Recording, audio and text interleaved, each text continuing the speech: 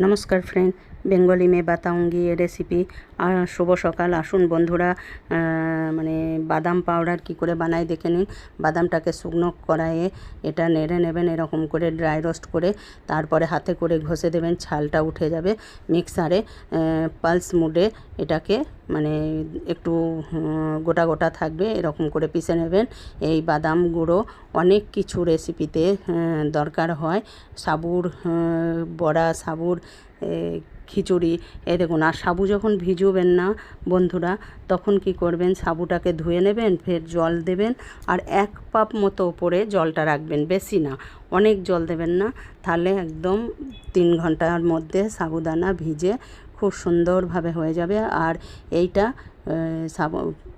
এই বাদামের পাউডার বানিয়ে আপনারা বাইরে রাখলেও 15 দিন কিছু হবে না, আর ফ্রিজে রাখলে তো 1 মাস, 1.5 মাস, 2 মাস ইউজ করুন, কোনো অসুবিধা নেই।